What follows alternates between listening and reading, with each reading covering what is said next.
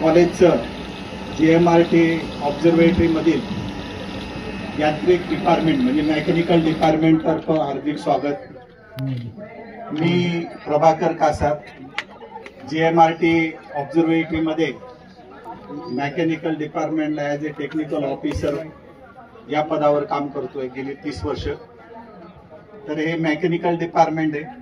हे वरती जे स्ट्रक्चर दिसतंय ही रेडिओ टेलिस्कोप आहे आणि या स्ट्रक्चरचं डिझाईन डेव्हलपमेंट अपग्रेडेशन हे यांत्रिक डिपार्टमेंट तर्फे केलं जातं, मेकॅनिकल डिपार्टमेंट। तर बघा आता हे जे स्ट्रक्चर आहे ते रोटेट होताना तुम्हाला दिसतंय। आता हे जे स्ट्रक्चर आहे हे माइल्ड स्टीलच्या सिंगलेस पाईपापासून तयार केले गेले। तर आपण आपल्या लहानपणी ऑप्टिकल टेलिस्कोप पाहिलेला असतो। ऑप्टिकल टेलिस्कोप मधनं आपण आपल्या डोळ्यांनी डायरेक्ट पाहू शकतो, परंतु ही जी रेडिओ टेलिस्कोप आहे यातनं आपल्याला आपल्या डोळ्यांच्या तर ही कशी वर्क करते हे मी तुम्हाला एक्सप्लेन करणार आहे। तर आपल्या डोळ्यांनी पाहतो आपण की ऑप्टिकल टेलिस्कोप असते आणि ऑप्टिकल टेलिस्कोपला स्ट्रक्चर आणि त्याचं भिंग जेवढं वाढवलं त्याची मर्यादा तेवढी वाढत जाते, परंतु ऑप्टिकल टेलिस्कोपला लिमिटेशन असतात आणि त्याचं लिमिटेशन संपल्यानंतर त्याच्या पुढचं जर बघायचं असेल तर रेडिओ टेलिस्कोप वापरली जाते। आणि ऑप्टिकल टेलिस्कोपने जे काही आकाशातले ऑब्जेक्ट असतात ते काही क्लिअर होत नाही। म्हणजे उदाहरणार्थ हायड्रोजन क्लाउड्स वगैरे असतील तर त्या ऑप्टिकल टेलिस्कोप मधनं शक्य नसतं आपल्याला पाहायला, तर या रेडिओ टेलिस्कोपच्या आधारे ते शक्य होतं। तर बघा आता हे मेकॅनिकल स्ट्रक्चर आहे, हे स्ट्रक्चर एक स्पेसिफिक आकारामध्ये बनवलेलं आहे। आपल्या घरामध्ये आपण DTH पाहिलेला आहे। DTH ची जी डिश असते ती सीट मेटल माइल्ड स्टीलच्या सीट मेटल पत्रापासून तयार केलेली असते, परंतु ही त्याच आकाराची डिश आहे, पॅराबोलिक, याला आपण आकार असं म्हणतो। आपण स्क्वेअर, राऊंड, ट्रायंगल असे शेप पाहिलेले असतात, पण हा पॅराबोलिक शेप स्पेसिफिक ठिकाणी आपल्याला पाहायला मिळतो। त्याच्यामध्ये आपल्या घरात DTH असतं। आता DTH कसं वर्क करतं तर जे काही सिग्नल्स असतात त्या डिश वरती रेडिएशन त्या सिग्नलचं होतं आणि LNB तो रिसिव्ह करायचं काम करतो आणि त्या सिग्नलचं प्रोसेसिंग होऊन आपल्याला TV मध्ये पिक्चर दिसतं। तसं या रेडिओ टेलिस्कोपचा हा जो आकार आहे याला पॅराबोलिक आकार असं म्हटलं जातं आणि हा वैशिष्ट्यपूर्ण अशा मेटल पासून तयार केलेला आहे। हा सॉलिड पत्रापासून बनवलेला नाहीये, तर याच्यावरती माइल्ड स्टीलची 0.5 mm ची एक जाळी बसवलेली आहे। तर ही जी जाळी आहे या टेलिस्कोपचा रिफ्लेक्टर आहे। जसं ऑप्टिकल टेलिस्कोप मध्ये भिंग असतात तसं या टेलिस्कोपचा हा भिंग आहे। याची जेवढी ॲक्युरेसी चांगली असेल तेवढं आपल्याला ऑब्जेक्ट वरचा चांगला दिसतो। जसं ऑप्टिकल मध्ये आपण भिंग जेवढा क्लिअर असेल किंवा त्याची संख्या जास्त असेल तेवढी त्याची कॅपॅसिटी वाढते, तसं या अँटेनाचा हा जो बेस आहे पॅराबोलिक त्याच्यावरती हे जे रिफ्लेक्टर आहे हे रिफ्लेक्टर अतिशय महत्वाचं असतं। तर बघा आकाशामध्ये काही असे घटक असतात की ती स्वतःची ऊर्जा रेडिएशन करत असतात आणि ती आपल्यापर्यंत येत असते। आता आपण जो प्रकाश पाहतोय हा ऑप्टिकल प्रकाश आहे, याच्यामध्ये असंख्य प्रकारची रेज पण असतात। त्याच्यामध्ये अल्ट्राव्हायोलेट रेज, गॅमा रेज वगैरे, नंतर मायक्रोवेव्हज, रेडिओ वेव्हज असं असतं।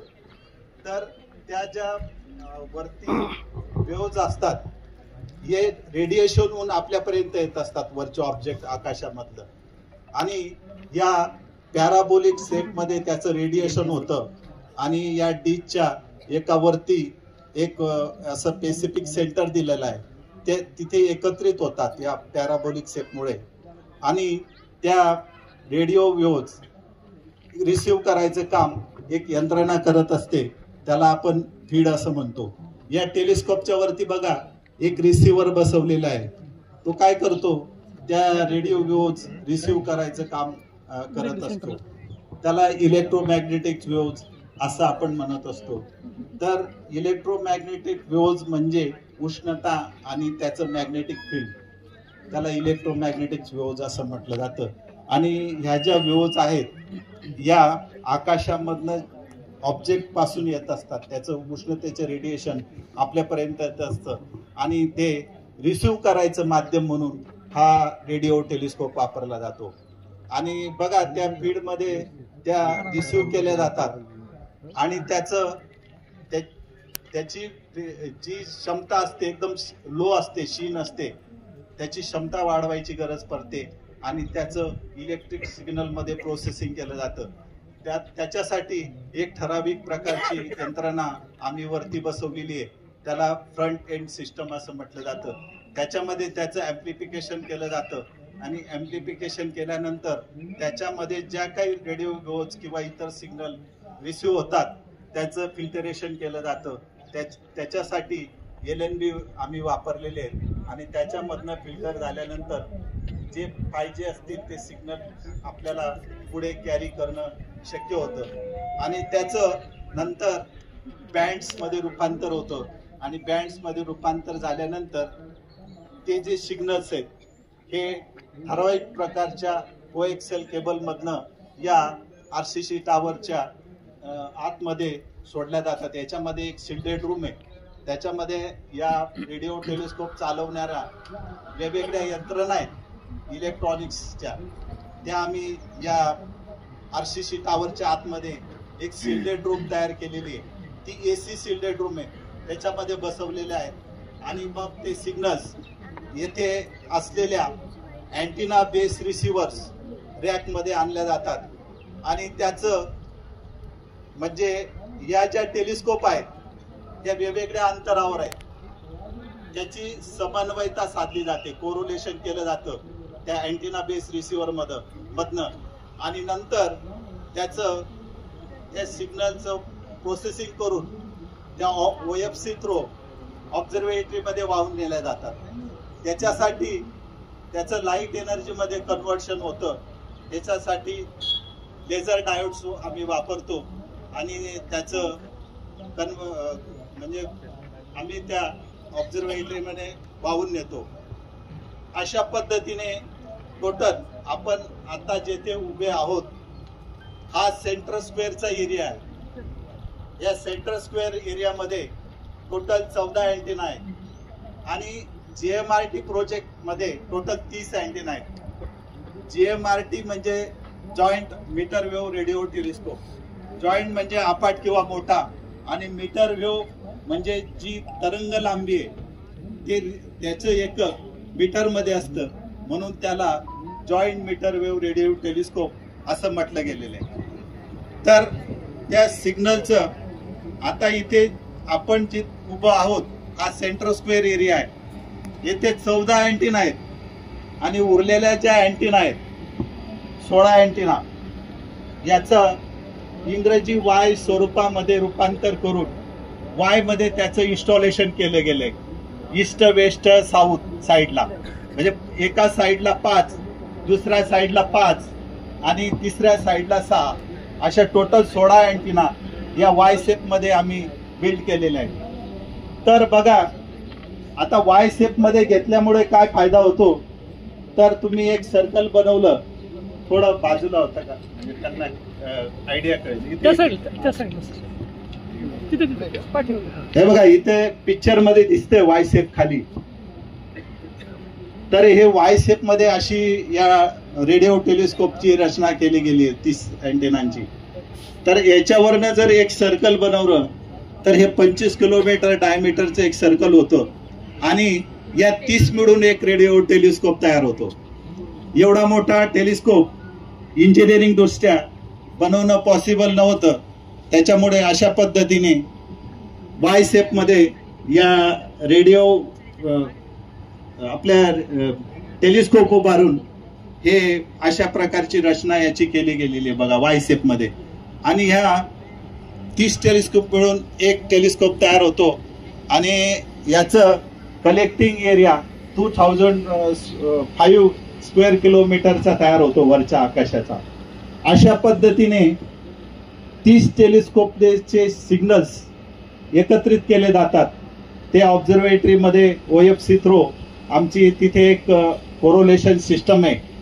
त्या कोरोलेशन सिस्टम मध्ये त्याचं कोरोलेशन केलं जातं आणि त्याचं अनलॉकचं डिजिटल मध्ये कन्व्हर्शन होतं आणि नंतर मग एक इमेजिंग प्रोसेसिंग सॉफ्टवेअर वापरून एक ग्राफिकल इमेज तयार होते वरच्या ऑब्जेक्टची आणि त्या ऑब्जेक्टचा स्टडी आमचे शास्त्रज्ञ लोक त्यावरनं करत असतात. तर ही जी रेडिओ टेलिस्कोप आहे या टोटल GMRT टेलिस्कोप मध्ये 30 आहेत. यांची उंची आणि हाईट डायमीटर 45 मीटर आहे. तर हे बघा आता ही टेलिस्कोप मगाशी तुम्ही पाहिली फिरताना दिसते. तर आपल्याला ही टेलिस्कोप फिरवायची का गरज पडते. तर वरचा जो ऑब्जेक्ट असतो हा रेग्युलर फिरत असतो आणि आपली अर्थ सुद्धा फिरत असते. जर हा स्टेशनरी असेल तर तो वरची जे सिग्नल्स आहेत ते आपल्याला मिळणार नाहीत. त्याच्यासाठी ही टेलिस्कोप आपल्याला पृथ्वीच्या 2 गतींभोवती फिरवायची गरज पडते आणि ती फिरवली जाते. याच्यासाठी मेकॅनिकल स्ट्रक्चर मध्ये ठराविक प्रकारची यंत्रणा आम्ही इथे बसवलेली आहे रोटेट करण्यासाठी. त्याच्यासाठी रेडियल आसामध्ये ही टेलिस्कोप फिरवली जाते 270 डिग्रीला आणि -270 डिग्रीला ही दुसऱ्या डायरेक्शनने फिरवली जाते. म्हणजे जेव्हा पृथ्वी स्वतःभोवती फिरते तेव्हा अजमत आसाभोवती फिरवली जाते आणि जेव्हा ती सूर्याभोवती फिरते तेव्हा इलेव्हेशन आस म्हणजे हा जो त्याचा परपेंडिक्युलर आस असतो हा टेलिस्कोपचा त्याला इलेव्हेशन आस असं म्हटलं जातं. तो आस फिरवला जातो. याच्यासाठी सुद्धा प्लॅनेटरी टाईप गिअर बॉक्सेस वापरलेले आणि जो 6 HP ब्रशलेस मोटर आम्ही या यंत्रणेला फिरवण्यासाठी वापरलेले आहे. तर अशा पद्धतीने ही टेलिस्कोप फिरवली जाते आणि सिग्नल ट्रॅकिंग जे असतं हे 24 आवर्स आमचं चालू असतं. जसं ऑप्टिकल टेलिस्कोपच्या एक ठराविक प्रकारच्या मर्यादा असतात. त्याच्यामध्ये क्लाउडी वातावरण असेल किंवा लाइटनिंग होत असेल तर ऑप्टिकल टेलिस्कोप आपल्याला युजेबल नसते. परंतु रेडिओ टेलिस्कोपच्या आधारे हे पॉसिबल होतं आणि ही जी रिसिव्हिंग कॅपॅसिटी असते रेडिओ वेव्हची ती मेगाहर्ट्झ मध्ये असते. या टेलिस्कोपच्या द्वारे 50 मेगाहर्ट्झ पासून 40-20 मेगाहर्ट्झ पर्यंत रेडिओ इलेक्ट्रोमॅग्नेटिक वेव्ह किंवा रेडिओ वेव्ह रिसिव्ह केल्या जातात. त्याच्यासाठी वेगवेगळ्या ऑब्जेक्टची कॅपॅसिटी प्रमाणे आम्ही हे जे रिसिव्हर्स आहे ते पण फिरवत असतो आणि या डिशच्या सेंटर भोवती ते फोकस केले जातात आणि तेवढ्या कॅपॅसिटीच्या इलेक्ट्रोमॅग्नेटिक वेव्ह रिसिव्ह केल्या जातात. तर हा जो प्रोजेक्ट आहे हा इथे उभारायची काय गरज आहे.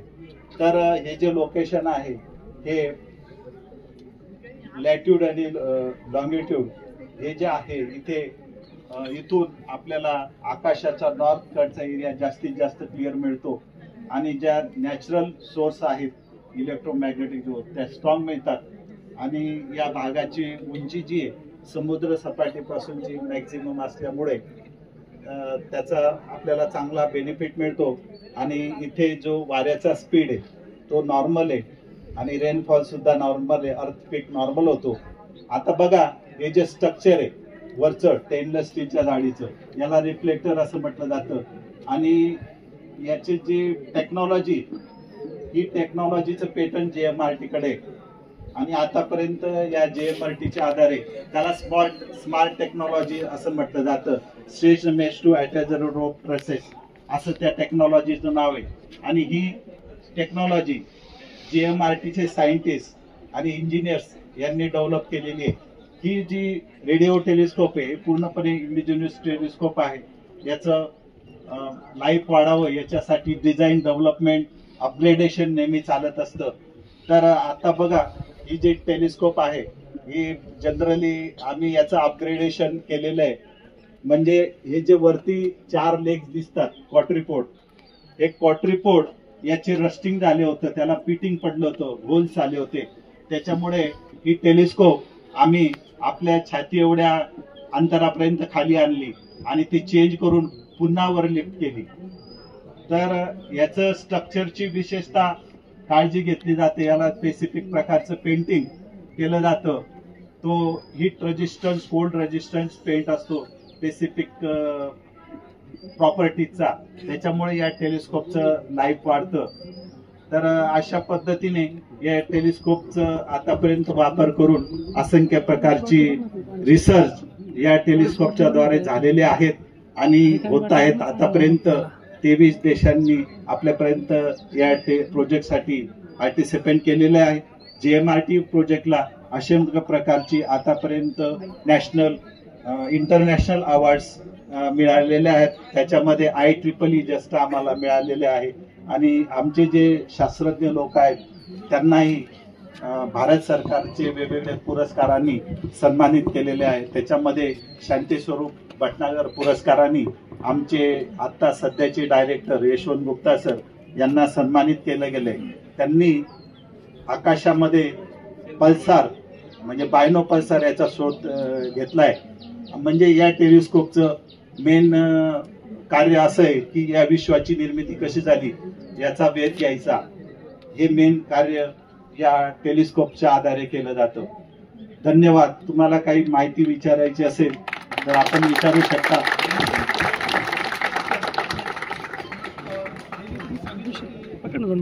तुम्ही सांगितलं की ही मुवमेंट जी करता तुम्ही अँटिनाची, तसं आता जे सगळे 30 याची एकत्र करतात की प्रत्येकाची इंडिव्हिज्युअली वेगवेगळी होते? एकत्रित केली जाते आणि फ्रिक्वेन्सी सिलेक्ट केली जाते एकच, आणि ती एकाच डायरेक्शननी एकाच अँगलने फिरवली जाते. आणि याचे इथे जे सिस्टम आहे ही रोटेशन सिस्टम, याचे मोड्स असतात आमच्या रॅकमध्ये आतमध्ये. आम्ही ॲटोमध्ये टाकलं की आमची कंट्रोल आणि मॉनिटरिंग सिस्टम आहे, सॉफ्टवेअर्स आहेत आमचे, त्या ऑब्झर्वेटरीमधनं मग ती फिरवली जाते. आणि एवढं मोठं स्ट्रक्चर आहे, हे सेफ राहावं म्हणून याच्यासाठी विंड स्पीड पासून पण याचे संरक्षण केलं जातं. त्याच्यासाठी विंड मीटर वरती बसवलेले आहेत. म्हणजे ताशी 40 km/h पुढे विंड गेल्यानंतर आमचं कंट्रोल आणि मॉनिटरिंग सिस्टम काम करतं. आणि एवढं मोठं स्ट्रक्चर हे 90 डिग्रीला जाऊन त्याचे मेकॅनिकल लॉक्स आहेत, हे स्टोल ऑफ होतात. आणि कुठल्याही डायरेक्शनमध्ये हे एवढं मोठं स्ट्रक्चर बॅलन्सिंग केलेलं आहे बघा. तर याच्या विरुद्ध बाजूला एक होळीचा आकार दिसतोय, ते याचं काउंटर वेट आहे. म्हणजे कुठल्याही डायरेक्शन आणि अँगलला फिरल्यानंतर ते बॅलन्सिंगचं काम करत असतं. ही जी इलेक्ट्रॉनिक सिस्टम आहे ही हायड्रोडाईनमध्ये, म्हणजे जी काही सिस्टम असते ती एकत्रित करायची जी प्रोसेसिंग असते, म्हणजे इंजिनिअरिंग स्टुडंटसाठी महत्वाचं आहे. आणि तुम्ही इथे बेसिक जे नॉलेज घेतलंय रेडिओ टेलिस्कोप आणि ऑप्टिकल टेलिस्कोपला डिफरन्स तुमचा लक्षात आलेला आहे. आणि वेगवेगळ्या सिस्टम्स आम्ही याच्यामध्ये वापरलेल्या आहेत. याच्या पुढची माहिती इंजिनिअरिंग स्टुडंटला अतिशय महत्वाची आहे आणि त्यांनी अतिशय मन लावून ती माहिती घ्या, अतिशय उपयोगाची आहे. प्रत्येक सिस्टम आमची शेजारच्या पॅन्डलमध्ये डिस्प्ले केलेल्या आहेत. सिग्नल प्रोसेसिंग कसं होतं त्यासाठी कुठली यंत्रणा वापरलेली आहे, तिथून पुढे वेगवेगळे सिग्नल्स रिसिव्ह कसे होतात, इमेज कशी तयार होते, आणि लाईव्ह ऑब्झर्वेशन पण तुम्हाला आमच्या या ब्लॅक पॅन्डलमध्ये बघायला मिळेल. आणि नंतर सर्वात शेवटी आज टू सायंटिस्ट पॅन्डल म्हणून एक आमचा पॅन्डल आहे, तिथे तुम्हाला शास्त्रज्ञ लोकांना भेटण्याची संधी पण आज उपलब्ध आहे. तर तुम्ही हा गोल्डन चान्स आहे, तुमचं नॉलेज इम्प्रूव्ह करा, जास्तीत जास्त नॉलेजची भर आपल्या ब्रेनमध्ये घाला ती तुम्हाला भविष्यात निश्चित उपयोगाला येईल. आणि एवढा मोठा पुन्हा या प्रोजेक्टला संधी येते का नाही माहीत नाही, पण खरंच चॅलेंजिंग हा GMRP प्रोजेक्ट आहे. मी माझ्या प्रोजेक्टची वाहवा नाही करत आहे, तुम्ही ऐकलं पण असेल. नॅशनल लेवलला जगामध्ये आम्ही काम करतोय. सर्वात लोएस्ट फ्रिक्वेन्सी जगामध्ये आम्ही आता रिसिव्ह करतोय. एका सेकंदामध्ये म्हणजे 1 GB डाटा आम्ही कलेक्शन करतो. आणि त्याच्यासाठी आम्ही आमचे CDAC तर्फ परम कॅम्प्युटर इन्स्टॉलेशन केले आणि त्याचं उद्घाटन आता काही दिवसापूर्वी आपले भारताचे पंतप्रधान नरेंद्र मोदी साहेब यांनी ऑनलाईन केले. आणि जगामध्ये सर्वात लोएस्ट फ्रिक्वेन्सीवर आम्ही ऑब्झर्वेशन करतो, म्हणून ही टेलिस्कोप जगामध्ये काही पॅरामीटर्समध्ये मोठी आहे. त्याच्यामध्ये मी मगाशी सांगितलं की 25 टेलिस्कोप मिळून एक टेलिस्कोप तयार होतो. त्या प्रिन्सिपलला इंटरफॅरोमीटर प्रिन्सिपल असं म्हटलं जातं. त्या प्रिन्सिपलमध्ये सुद्धा आमची ही जी टेलिस्कोप आहे ही जगात 1 नंबरला आहे. अशी जे काही पॅरामीटर्स आहेत आमचे 10-12 त्याच्यामध्ये आमचा वर्ल्डमध्ये नंबर लागतो. आणि खूप सेन्सिटिव्ह टेलिस्कोप ही वर्क करते. आणि आतापर्यंत खूप प्रकारचे संशोधन या टेलिस्कोपच्या आधारे लागलेले आहेत. आणि निश्चितच या टेलिस्कोपच्या आधारे आपण विश्वाची निर्मिती कशी झाली हे गूढ उकलण्याचं काम करतोय. आतापर्यंत 10 ते 15% आपण या युनिव्हर्सचा स्टडी अशा प्रकारच्या माध्यमातून करू शकलेलो आहोत. आणि हे जे विश्व आहे हे खूप मोठं आहे. त्याच्यापैकी अर्थ ही एक प्लॅनेट आहे. आणि ही आपले सोलर सिस्टममध्ये अशा कितीतरी सोलर सिस्टमवरती आहेत, त्याचा आपण आतापर्यंत वेध घेऊ शकलो नाही. तरी आपण या संधीचा सुवर्ण संधीमध्ये रूपांतर करावं आणि आपल्या नॉलेजमध्ये भर घालावं, ही अशी माझी इच्छा आहे. धन्यवाद.